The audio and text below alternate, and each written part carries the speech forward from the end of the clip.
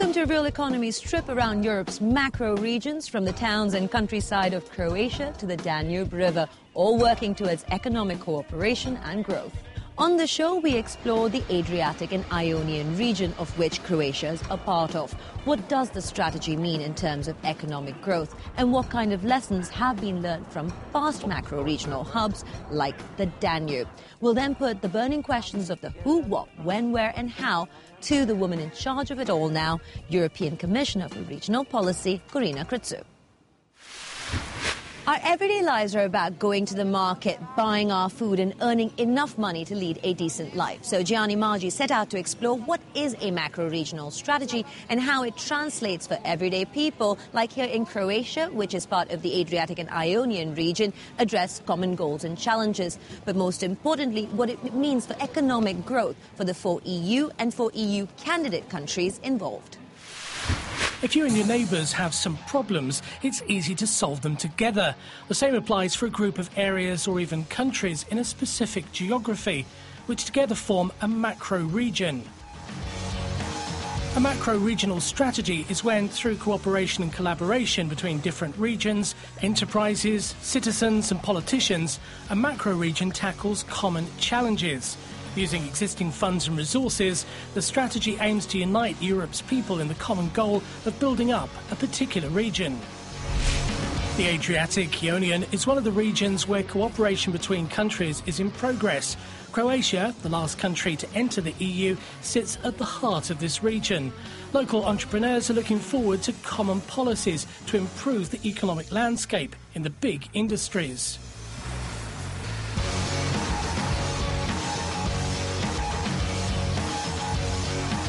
Gordana Duranja is the head of the Croatian Employers Association. The priority would be the creation of new, quality and productive jobs, something that proves a challenge in the current context, as the unemployment rate has continued to increase since the start of the crisis.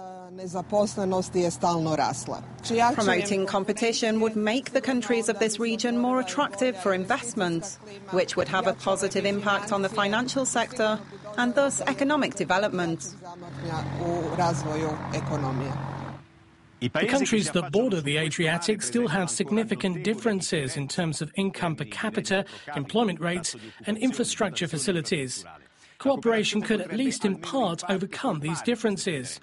Let's see what are some of the possible projects in the framework of a common strategy for development.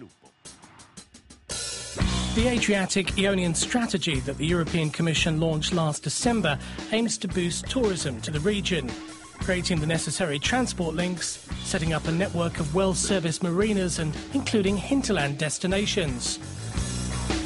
For the environment, specific projects will promote responsible fishing practices and the development of sustainable aquaculture, with the coordination of ecosystem-based activities and investments in water and solid waste treatment plants. The goal of an internal energy market will be achieved through cross-border electricity and gas connections. Croatia, like all the other countries bordering the Adriatic, is eager to discover new opportunities following the economic crisis, which brought years of growth to a halt. Economic recovery is now long overdue in a country where tourism brings in around €7 billion a year. But the local ecosystems are under pressure and climate change is also a threat.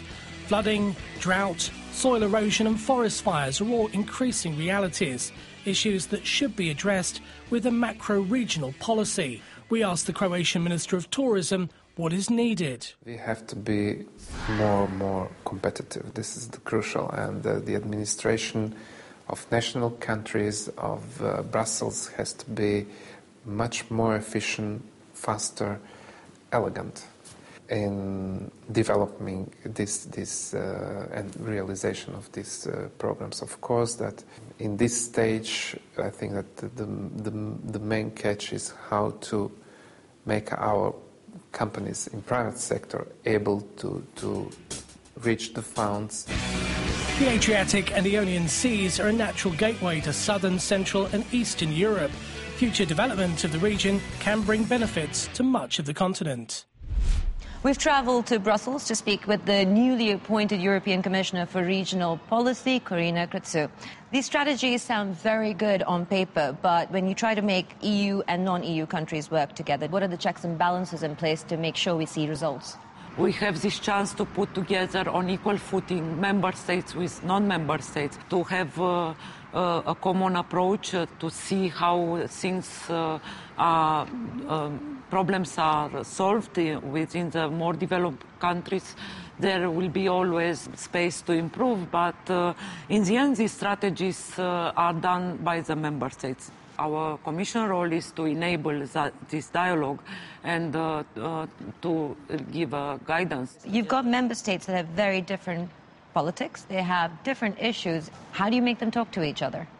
Adriatic-Ionian was one of my first activities, and I was very happy to meet all the foreign ministers from 8 countries, for EU countries and for non-EU countries. For instance, tourism. There are Greece, Italy, other Croatia, countries that they have what to offer in terms of experience in tourism that could share with Serbia, that could share with Montenegro, with Albania. It's very, very important to have this kind of environment when they can not only talk but do things together, because we also have these funds, cohesion funds for the member states, and also pre-accession funds for the non-member states. It's our moral obligation and duty to see real results, concrete results in terms of reducing disparities. We need money, but we also need to share experience. So how would you make political leadership talk to each other, let alone public and private sector? Of course, it's up to some ministers, to the political leaders, and also to the local administration and other stakeholders to decide and put together all the resources. Alpine strategy is one of the transit region, but also with a lot of problems of transport. Transport links are not stopping on one border or another. So it's our common problem, and we are living in a globalized economy, and I don't think it's every country in Europe that can solve by itself these problems.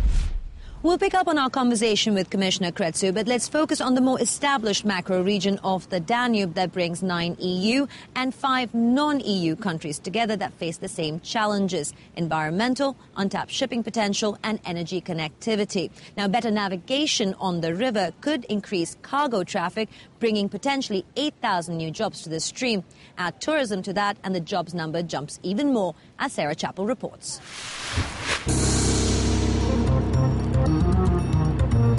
Like all the EU macro-regional strategies, the Danube Region project is focused on building prosperity, ensuring stability and protecting the environment. But at the core of the strategy is a need to connect this region, particularly by realising some of the untapped potential of the Danube River itself. So we hopped on board for a lesson on how Austria's Via Danube is trying to up by 20% the Danube's cargo traffic by 2020. Via Danube is a lead partner in the network of Danube waterway administrations. All of these waterway administrations were operating by different standards and are operating by different national law. And one of the major achievements of Nevada and Nevada Duo was that we have harmonized the way we are working within the navigation. The Danube strategy has coordinated more than 500 projects, many that have worked. But the river's flooding in 2013 brought out serious flaws in communication and cooperation. Even backers like the European Commission criticised project members, saying drastic improvement was needed. All this with the goal of navigating between river needs and economic growth, mobilising commercial ties all down the river without additional EU funding. Will not solve major problems of unemployment or industrial competitiveness. But it can start a process where industrial organizations, chambers of commerce, cities, universities along the Danube work together and learn from each other. Macro-regional strategies are hard to quantify as successes or failures, since, unlike most EU projects with strict checks and balances, it's simply a cooperation movement. Commissioner, the Commission's own report has highlighted many weaknesses, coordination being one of them. That was highlighted during the Danube floods. How is that being addressed going forward? Our assessment showed that there is a need for more cooperation and exchange of information. We also have weaknesses, but in the same time we have success stories. The Commission now is advising all member states and involved in these macro-regional strategies to focus on some fewer priorities, because I think focusing on results is much more important than spreading in 11 or 12 priorities. How do you actually have the enforcement power if there is no access to new funds and it is mostly these member states relying on cohesion funds? These macro strategies have these rules, not new institutions, not new funds, not new legislation. But the strength is putting the forces together, the brain, the experience, what they want to achieve together. As I said, it's not always about money. It's never been about money. This policy is about solidarity, about doing whatever it takes to reduce the disparities and to improve the life of the peoples across Europe. We are now in the end of the programming period 2007-2013. We have 8 countries with less absorption, less than 60% absorption. So they had the money, but they didn't have the ability and the experience. And now we hope in the new programming period the lessons were learned. You are the new commissioner. What kind of reform do you want to see and do you want to implement? My first priority will be to see that these strategies have concrete results in terms of jobs, economic growth, improving also administrative capacity, which sometimes it's a weakness for some regions. So it's very much dealing with the life of the people. That's a wrap on a winter trip through Europe's macro regions. We'll see you next time.